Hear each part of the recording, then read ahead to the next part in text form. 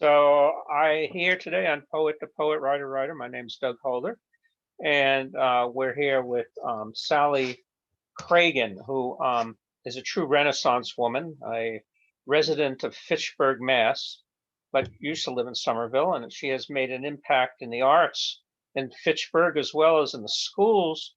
She's a playwright, astrologer, journalist for the legendary Boston Phoenix, and lover of pets, and has a syndicated column, Pet Talk, and a well-noted educator as well. So you really cover the waterfront there, don't you? Uh, Everything I've ever liked, I still like, and I just do it all. Great. So you lived in Somerville, Mass for a while. Now you are in Fitchburg. Uh, do you envision Fitchburg becoming a second Paris of the New England like Somerville? That's actually the goal with Fitchburg. When I lived in Somerville between 1992 and then I moved to St. Louis in 1999, I saw the growth of Somerville. The Red Line had already been put in place. I watched the Somerville Arts Council really grow. I was a member of the Arts Council for a time when I lived there. And there was a lot of public art, and there was a lot of a feeling of responsibility to bring the arts to everyone in the city. And Somerville, like Fitchburg, is very diverse. There are high levels of poverty, and there's also, a lot of middle class and upper middle class. And I know that's one of the struggles Somerville has with geography. It is, it's expensive to live pretty much east of 128. Hmm. So, but yes, we're working on Fitchburg. I've been on the school committee since 2008. I was elected, and our schools, we are on the way to becoming the best urban district in Massachusetts. We have a very high level of students graduating from high school. About 20% of our students are first-time high school graduates in their families. Wow. So that's a very high number of kids who don't come from families where higher education was available. So we're very pleased with the work we're doing. Okay. So I was going to say, I've been in the small press for many years, publishing and all that stuff. You actually have a very, very, very small press Oh, that you've been putting out. Button. It stopped for a while, but I guess you revived it. Can you tell us a bit about that? sure. Well, I started Button after I moved back from Los Angeles. I worked for the Boston Phoenix basically from the age of 18 until it closed in 2013. So I was very much steeped in the writing for a newspaper and very word oriented. I lived in LA for almost 3 years. And when I returned, I just thought, I know a lot of people who work at copy shops. And at that point, I had a computer. So I was able to really do layout and the graphic arts aspects of it. And so I started Button. And very quickly, I was getting submissions from, pretty accomplished writers. I knew a lot of writers who had, amazing, track records and books and articles and all that. So I just published, basically, I aimed for twice a year. And I did that for probably 14 or 15 years. And then I had my son in 2003, and that pretty much torpedoed anything extra. So, Right, but I we're can back. imagine. We're back. So how would one submit? Just go. Do you have a website or? PO Box 77, Westminster, Mass. 01473. You can, my husband sort of maintains a page for Button, so you see the information there. And unless you're overseas, I prefer paper submissions. I find it easier to read paper. I know Submittable is, all over the place now, but we're just pretty, low impact. And I like to be able to hand a sheaf of poems to a reader and just say, what do you make of these? What do you feel like? And when you read on the computer, I don't think it has the same impact as holding paper in your hands, and it doesn't go quite as deep. So Okay. that's our view.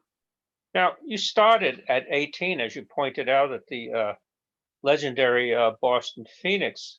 I mean, how did you manage to get a gig so young? And also, I'd like to hear about your, any anecdotes you might have about. I know you were a rock critic, a literary critic. Any choice anecdotes you might want to share with the audience? Well, my brother Hal, who is a very noted bass player with a pretty phenomenal career, he and I were both raised by our parents. My mother had gone to the American Academy of Dramatic Art in 1952. My father was a journalist, and he quickly sort of went from being a beat reporter to a theater critic and then a film critic. I grew up around the world of journalism. I actually knew a ton of journalists. I mean, I met Lloyd Schwartz when I was a child. When he was active at the Harvard Radcliffe, the plays that they would do at the Loeb back in the swinging 60s. So how I got the job was I was a very fast typist, and that summer, my dad, who was still on every press list available, took me to see The Bell Jar, a pretty dismal movie that was opening on Boylston Street. And there was Stephen Mindich, who, again, someone I'd known since I was a child, and he asked what I was doing for the summer. And at that point, I'd completely unenthusiastically applied for some waitressing jobs, which I knew I would be terrible at. And I said, well, I'm just keeping my options open. And I said, but I've been typesetting, at the FREEP, at the Boston University paper. And he said, oh, we use typesetters. You should come down and apply, which I did.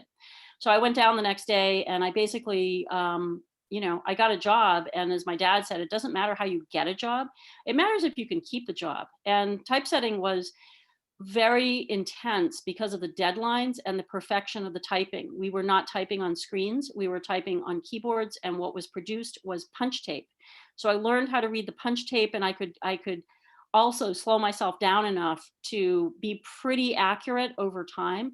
I also learned, basically the work ethic that you need to do, where you show up on time.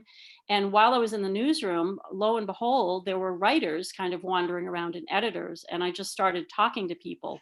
And that's kind of how it began. I was in the building.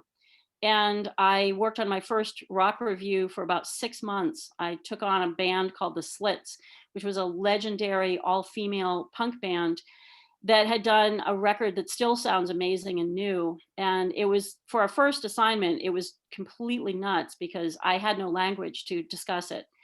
So I tried and tried and tried. And then the editor, Kit Rackless, who went on to the Village Voice, and then Los Angeles, the LA Weekly, and then the Los Angeles Journal, the Daily. He took pity on me, and he gave me a band called Pearl Harbor and the Explosions, which had like a little hit, and they were very basic, unremarkable rock band, and a lot easier to write about. So that's how it began. Oh, wow. Okay. Did you ever go to the Boston Tea Party, or is that before you? Before my time. By the time I got to Boston, the Rat was in full swing. I never went to Bunratty's because they mostly had metal, but like Spit and Metro on Lansdowne Street were up and running. Chet's Last Call down under. Jonathan Swift's, of course, in Harvard Square. Jack's was still going on. My dad had gone to Jack's like back when they opened, and like had been, had drank with like Hunter S. Thompson and, different Wow. interesting people who came through. Did you drink them under the table? Hunter My S. Thompson. dad? No, did you? My dad said that Hunter S. Thompson was a lot more subdued in person than really? you would have gathered. People expected him to be this wild man, and he complained to my father about how everyone expected him to be this wild man, and he was actually pretty low key, in his private life. So, yeah, Boston Tea Party was like mid to late 60s, but Don Law, of course, being the king of all night media, and a very, very adroit businessman, had opened up other clubs. And as punk rock kind of had its second wave worldwide, first wave in America, I got to be there because I was going to Boston University. Kenmore Square is around the corner. So you were going to Boston University as a commuter student? No, I lived in I lived in Cambridge, and I was a geology major. Oh, what year were you at BU? I was there between 78 and I left in 81 because BU kept raising their tuition. Right. And every year my scholarship basically got wiped out. So by the end, I was doing classes with like labs, because again, geology is a science. It's pretty, intense. But I was having to work around 30 hours a week as a typesetter at the Phoenix. And by the time I was kind of the end of my junior year, I couldn't sustain it, and I left. So at that point, I was able to continue to work as a typesetter even more hours, but I was able to write more. And I got my first column at the Phoenix when I was maybe 20, wow. 21, I think. Now, alternative newspapers like that, do they still have one in Portland? No, the Portland paper didn't open up until the 90s. The Phoenix expanded pretty slowly. The first one was they bought the Projo, whatever it was called, not the Providence Journal, but they bought a paper in Providence and started the Providence Phoenix. They kind of did what Stephen Mindich had done with the Cambridge Phoenix and Boston After Dark. So Providence was the first paper, and that was mid 80s, and the Worcester Phoenix followed in the early 90s, and a legendary editor, Cliff Garbodin, helmed the Worcester Phoenix. And then finally, the Portland Phoenix opened up, and Peter Kadzis, who was the editor of the paper, had the most incredible commute, because he had to go between Providence, Worcester, Portland, Boston, really overseeing these 4 papers that were hundreds of miles apart. And I wrote for the Worcester Phoenix in the 90s. I wrote a column called Tales from Tri-Town, which was inspired by events happening in North Central Massachusetts, which were, remarkable, interesting, people who had farms and people who tapped maple trees for sugar, and people that, were raising, crops, or doing heirloom tomatoes, or the Fitchburg Art Museum, or like an archaeological dig. So there was a lot of vibrancy out there. I was still writing for the Phoenix in the 90s. I was reviewing theater a little bit, but I basically didn't start big time reviewing theater until I went to St. Louis at the turn of the millennium. And then I worked for the St. Louis Riverfront Times, which is a weekly paper out there, and it's part of the, the big alt weekly chain. When I returned to Boston, I'd been friendly with Ed Siegel at the Globe, and I just said, "Hey, I'm coming back to town," and and he's like, "Great, I'll give you assignments as soon as you come." So, moving to Fitchburg, we found a house pretty close to Route 2, and that was my 2000s until I had my until I was pregnant with my second child. I reviewed for the Globe, and I took a break when I ran for office, and then because I was elected, I couldn't return because they don't let public officials write for the newspaper.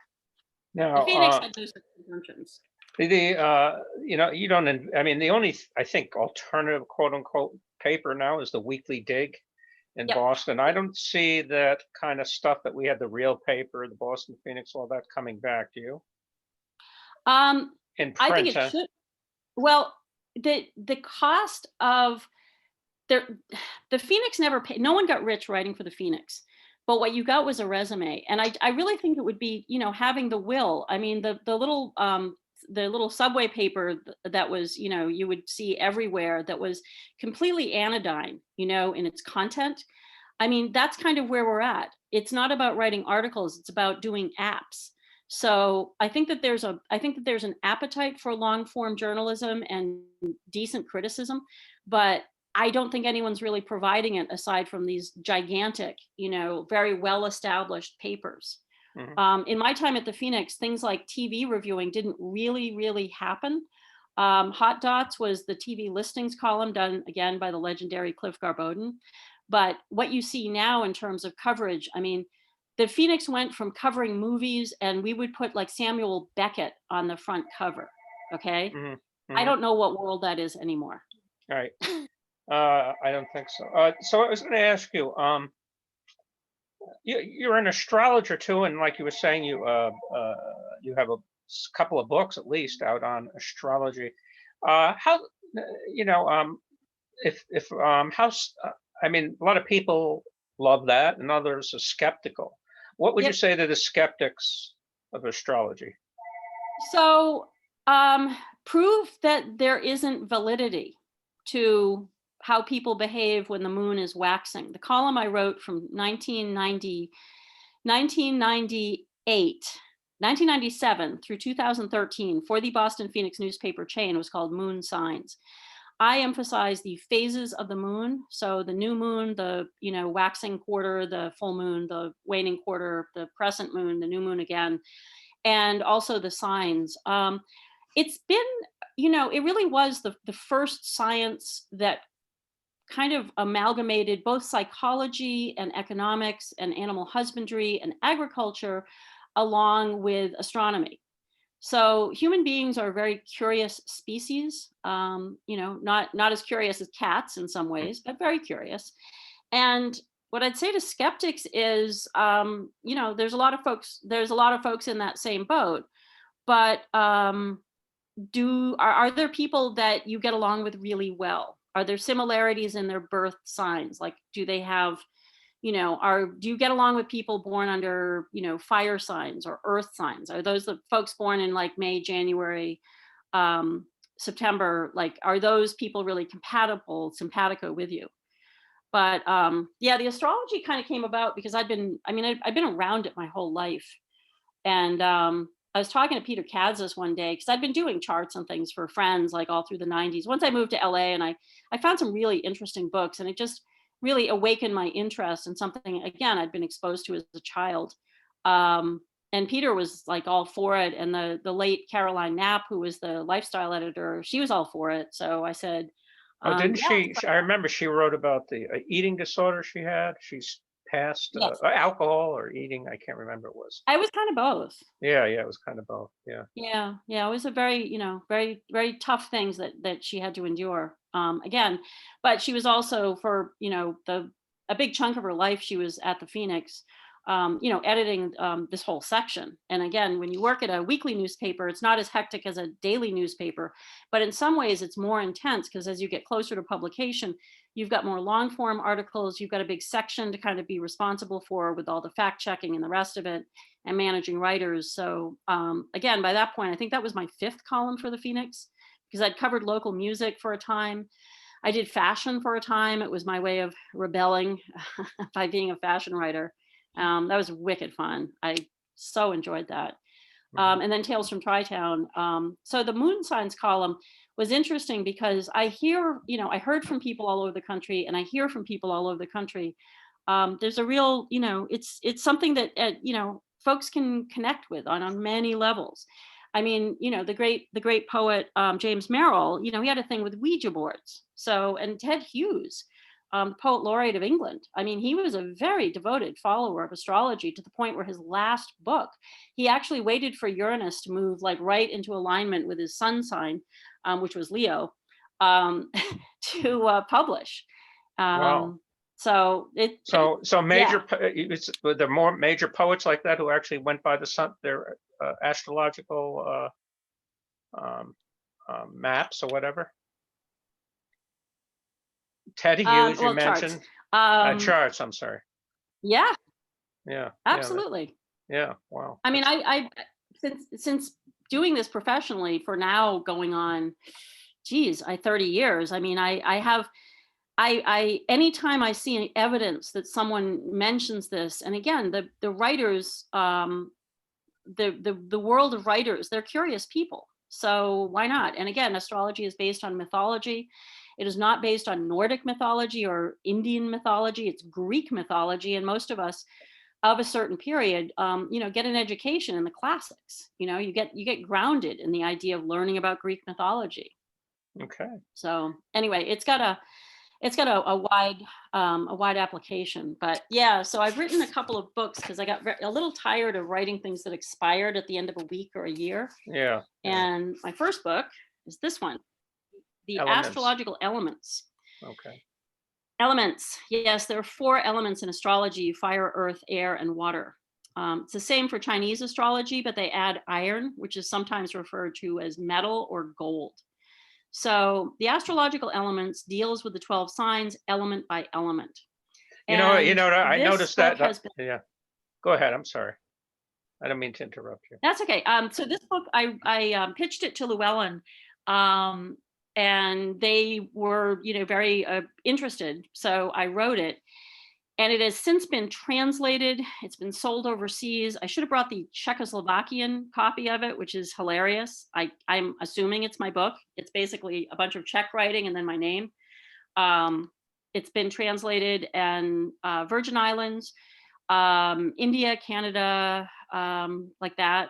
But I wrote this so that you could use it as a textbook. So it's really skewed more towards family relationships and professional working relationships. What are the best times to make a pitch towards someone who is a particular sign or another?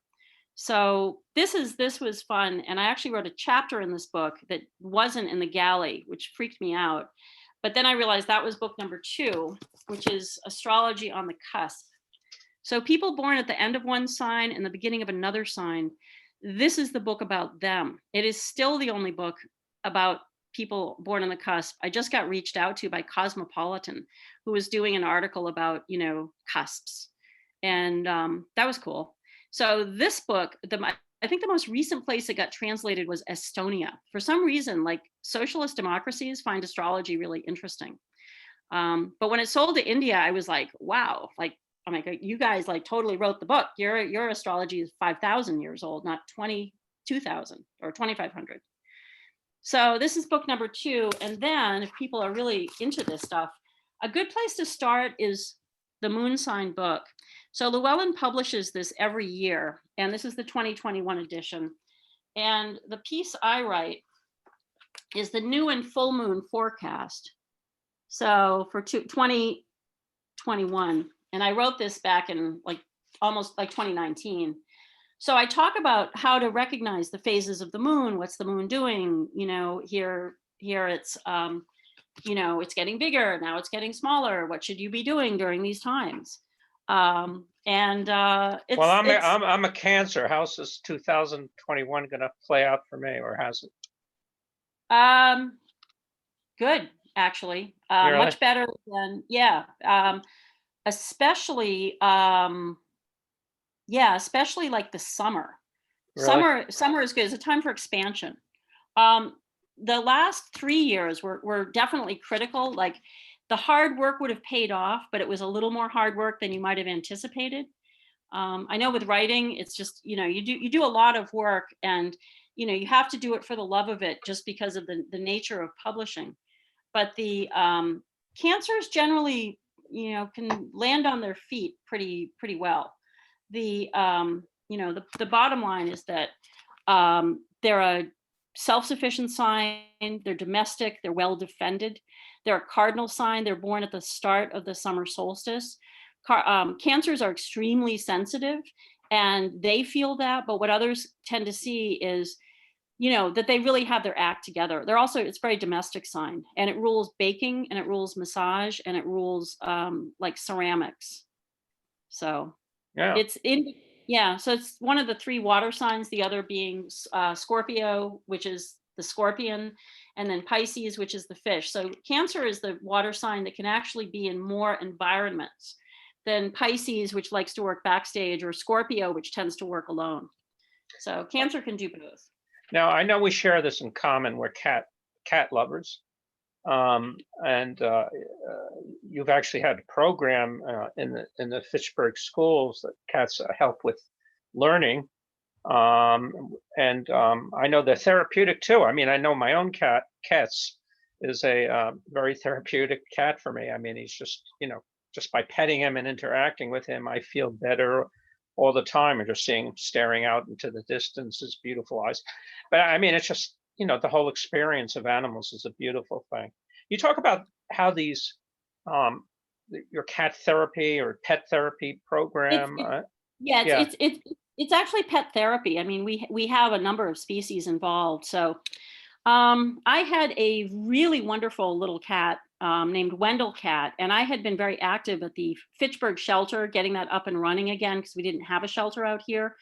And there were a lot of stray dogs, and we had colonies of feral cats. So the woman who had owned it had shut down. So I worked with her in the city to kind of get it to reopen. And along the way, I started reading about pet therapy. So I went and I got myself registered, trained and registered, and I worked with a national organization for about 3 years. And then realized that we really needed to have more requests, because once people heard I was doing this with my cat, most people had heard about it with dogs. That's kind of the typical, therapy animal. But we started Be Positive, PAWSITIVE, therapy pets and community education back in 2014. The goal being to support, to train, to educate, to also insure and register therapy pet teams. So we've got about a dozen therapy pet teams. The animals that we have include dogs, large and small. We have a youth member who has a dwarf miniature hamster who's adorable. We have a a lady who's almost 85 who has a rabbit. Previous to that, she had a Great Dane, and the Great Dane was fantastic, just super calm. 5 kids could like be next to the Great Dane and read a book. I have a cat. We have some other members with cats, and it's been really positive. We, as a result of our program, Fitchburg Public Schools is the leading public school and probably the leading school in the entire state of Massachusetts that uses pet therapy in the schools. So before COVID, we had donated, our therapy pet teams had donated more than 250 hours of volunteer time to classrooms, working with social and emotional behavioral challenged kids in classrooms, working with kids who just had reading comprehension issues, working with high schoolers, working with middle schoolers. We also, of course, did work in residential care facilities as well as, after school programs. We've done blessings of the animals. We've worked in the sheriff's office with parolees, but the schools really was the main project. And the next project we're working on is a reading certification program for our therapy pet, teams. And so last year it was 250 hours. The year before that it was 200 hours. And before COVID, we were en route to beat 250 hours of volunteer time. So we have kids who have been in our program for, the entirety of their time in school. And It has made, it's made a huge difference. We've done presentations at the Mass Association of School Committees and Superintendents conference every year. Last year would have been our 4th time at the conference. So we also mentor other school districts looking to implement a similar program. The other part of what we do is community education. That includes collaborating with shelters that provide vet services, Second Chance Animal Services out in East Brookfield. We have them come to Fitchburg, and then for the last 3 years also in Leominster, to offer very low cost rabies clinics and vaccine clinics. So you can bring your dog, get a parvo distemper shot, get a rabies shot, get a microchip. And sometimes we've had grants to get free microchips. And these low income families can get all of this very essential work done for their pet for $25 versus $100, in a vet's office, because that includes the office visit fee. So, go ahead.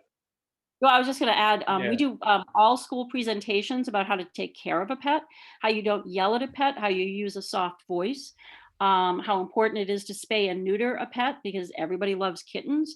But the problems we've had in Fitchburg and surrounding areas have to do with the irresponsibility of, letting the cat out and it's not been spayed. So we've been very, very strong on spay neuter, and also helping support pet owners that want to do that, leading them to, connecting them with agencies and institutions that offer low cost spay neuter, as well as at times subsidizing, pet owners. So Great. we raise funds for a variety of purposes. We're a nonprofit. Now, I think I may be mistaken, but I think I was honored to publish your first poem, or maybe I'm wrong about that, in the Somerville Times, my column in the Somerville Times. Yes, That's true. I appreciate it. Are you a poet? Are you pursuing poetry as well as theater and everything else? So I've always loved poetry. I've had friends who are poets for many years. I've always been happy to go and, support poets. And, like my friend, like Krikor, I bought copies of his book. I mean, I'm half Armenian, so I bought copies of his book to share with members of my family. I started writing poems I think once you hit the age of 40, I think you have enough to start really, really writing poetry. You're responsible for your own face, as someone once said, at 40. Yeah. That's a good point. Yeah. Yeah, and I think also for your own output. For me, I started writing poems because I started thinking about the years I spent writing Sellers by Starlight for the Boston Phoenix, and writing about rock and roll for Rolling Stone and the Village Voice and the Boston Herald, and on it went. And all the different places I was at with different folks and different experiences. So right now it's a collection in progress, and it's called Louder. And there's like a long poem that I've been working on, which is, it was about being at the Rat one time, and Bono came in with bodyguards like after a Centrum show, and I struck up a conversation with him about tarot cards of all things, which is something else I do in workshops. And, he bought me a drink and we had this interesting interaction. So I realized like, whoa, that's actually a poem. So I've been following the advice I give to children, which is of course you can write a poem. Just don't write to the right margin. Just write what you feel like writing and then drop to a new line when you feel like that's the right thing to do. But yes, and I deeply appreciate you publishing that poem. It was very encouraging. Thank you. Thank you. It was a good poem.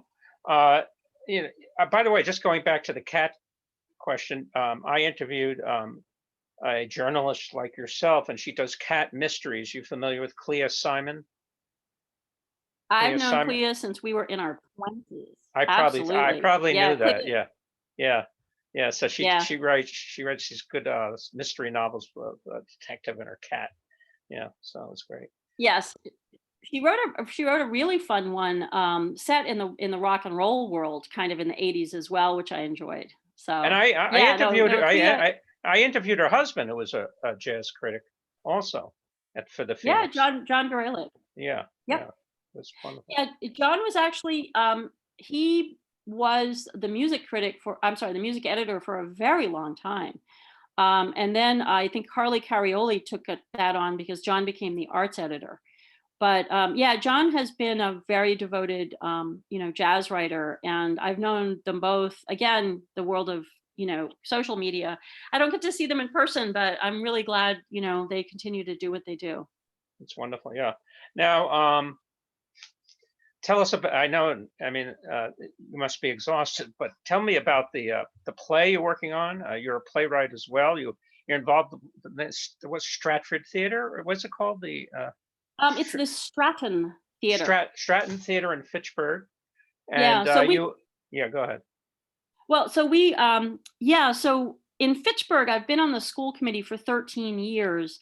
I've been an enormous advocate for the arts in school, as well as teaching local history. So I'm really proud of the arts that we've been able to support and expand. For a time, we didn't even have a high school musical, but that was something that our student support committee really advocated for. So we were able to reinstitute that.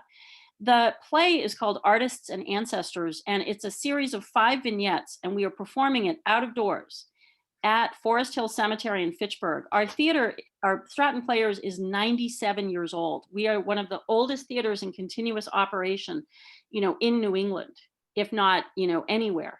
And we've never missed a year. And this year with COVID, I'm the chair. I've been the chair for the last 2 years, and I'm actually a life member. I joined when my mother was involved my whole life. So I've literally been around this for many decades. And not to have theater, not to have this family of folks have a show to do and prep for and rehearse for and plan for, people were very frustrated and depressed. And I realized last summer, 1, COVID wasn't going away anytime soon. And 2, we could do a show, but we had to do it out of doors.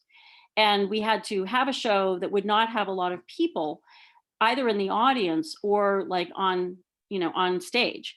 So the 5 vignettes cover some really interesting folks, including Eleanor Norcross, who was a painter of the 19th century who studied painting in Paris, collected a lot of items, including vases and platters and jars, and sent them back to Fitchburg. And she collected those items because they came from like provinces of Italy or like Northern Europe. And she was very interested in the immigrants who were coming to Fitchburg to work in the mills.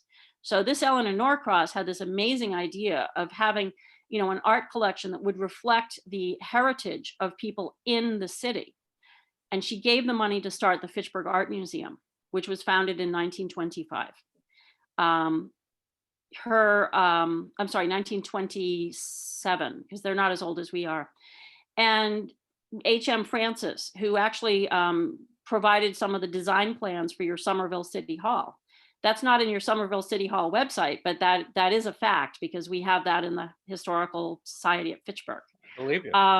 Yeah, Herbert Adams, who was a sculptor. He was part of the Cornish art colony, which was started by St. Gaudin up in New Hampshire in the late 19th century. And Herbert Adams was a remarkable sculptor.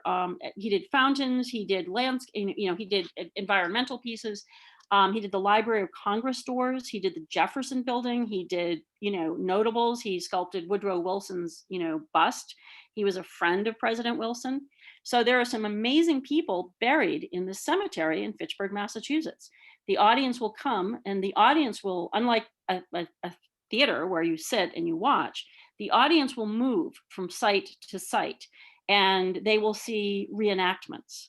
So it's not a tour guide where you're learning this history. It's actors in costume. I just came from costuming, and in period costume. So they will be talking about, they will be in character as Eleanor Norcross, as Herbert Adams, and his wife Adeline, who is a noted art critic and sculptor in her own right, and as the most interesting character, a guy named Cyrus Thurston. And Cyrus Thurston's brother, Asa, was one of the first people to go to Hawaii, which was then the Sandwich Islands, in 1819 to missionize.